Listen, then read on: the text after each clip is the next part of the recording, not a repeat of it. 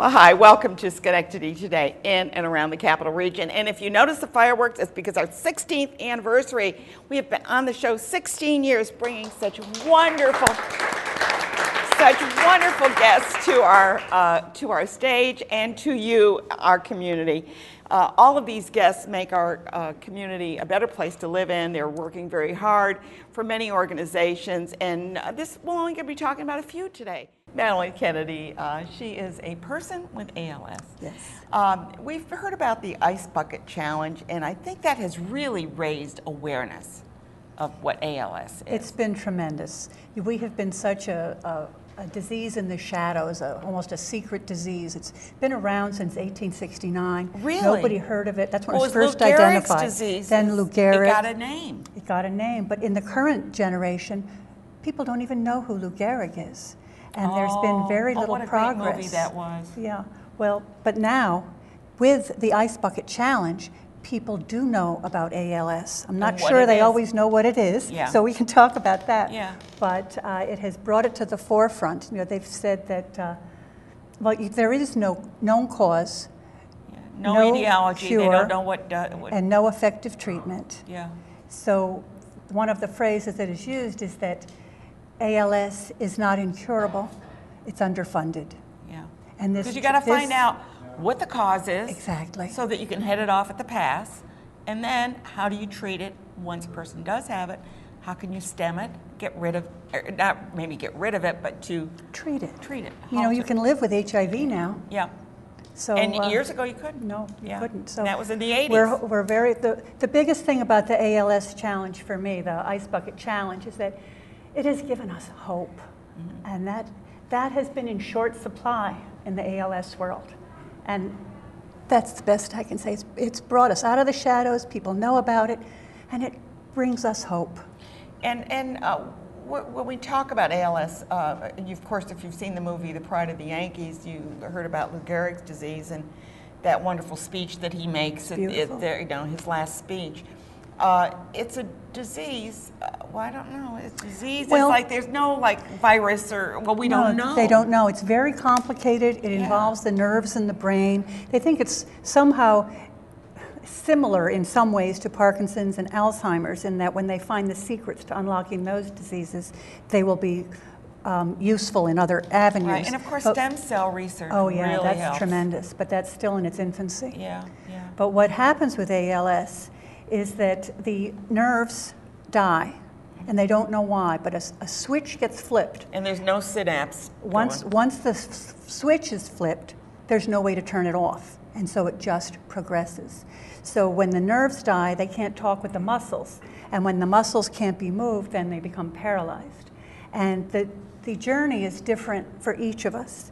For me, it has started in my legs. You see, I have braces on my legs so I don't trip on my toes. But I hardly walk at all. I have a power chair at home. I can't stand for more than a minute.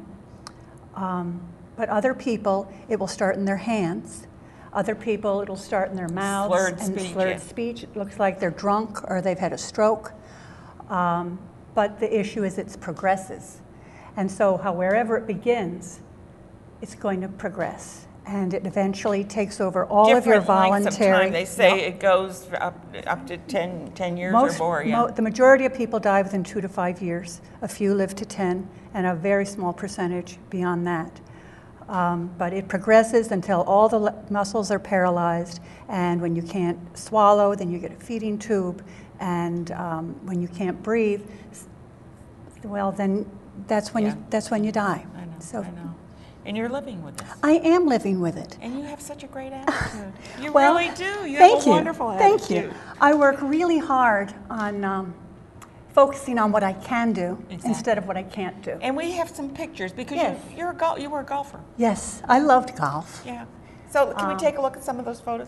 And that's your adaptive golf? That's me. I have an adaptive golf cart that it's a single-person cart, and I get to turn myself without leaving the cart, and then the seat raises up, and I can hit the golf ball right from that, and I can drive it right onto the green, onto the tee, and it keeps me out there, and it makes me feel normal again.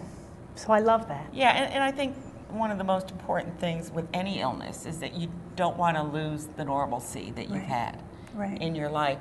Are you working on the fashion show? I am. Tell me about that. We're having a fashion show. The ALS St. Peter's Regional Center. They're wonderful. They are awesome. Wonderful. They provide 13 counties of care for us, and it's very hands-on. It's equipment, it's care, it's doctors.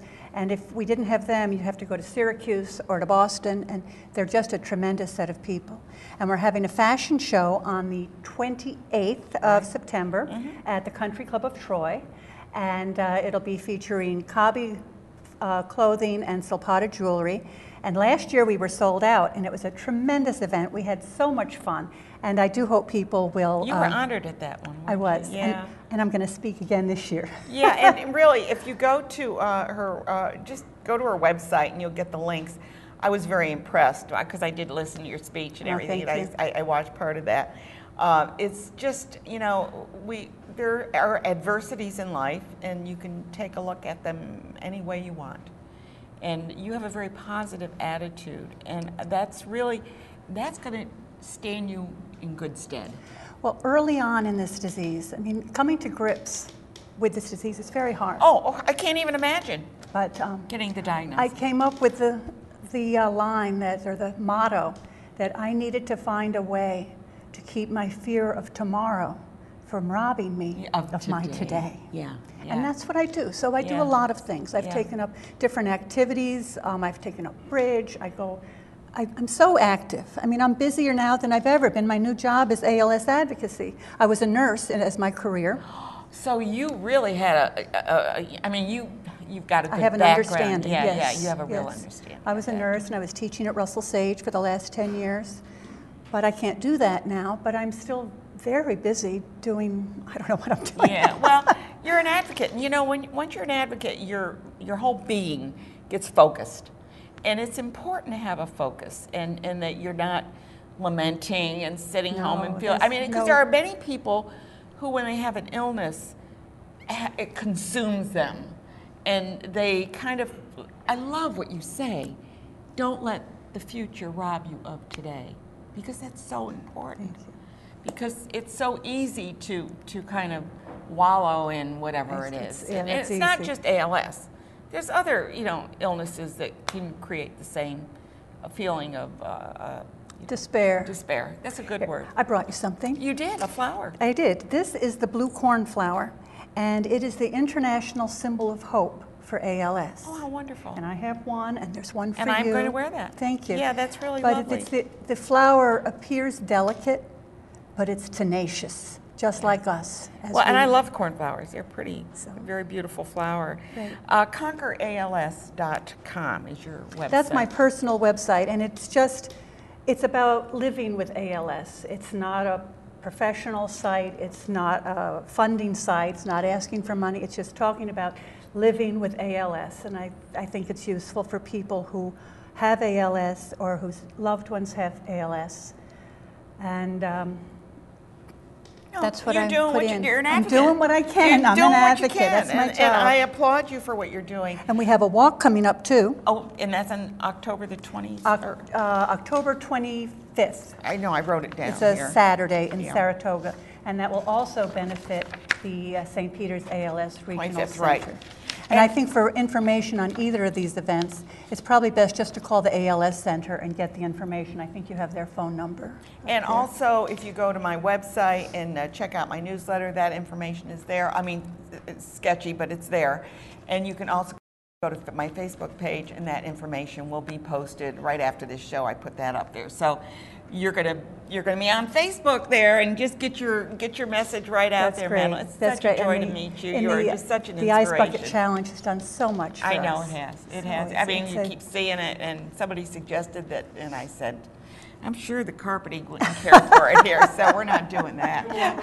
But. And did we? Oh, there's the rest of the photos. Oh, yes.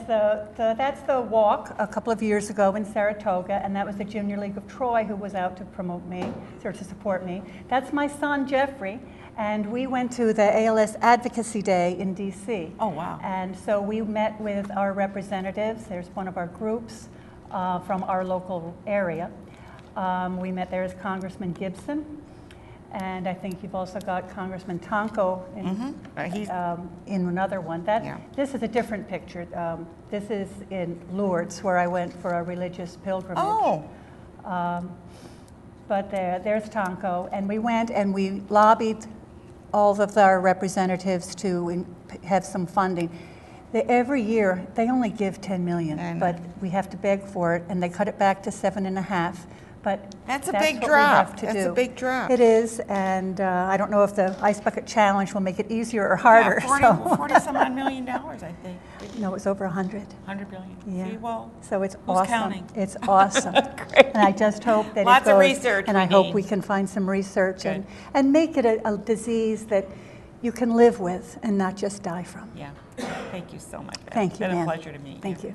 We're going to take a quick break, and when we come back, we will be talking with a guest, Jeff Smith. We'll find out about your home and what you can expect when you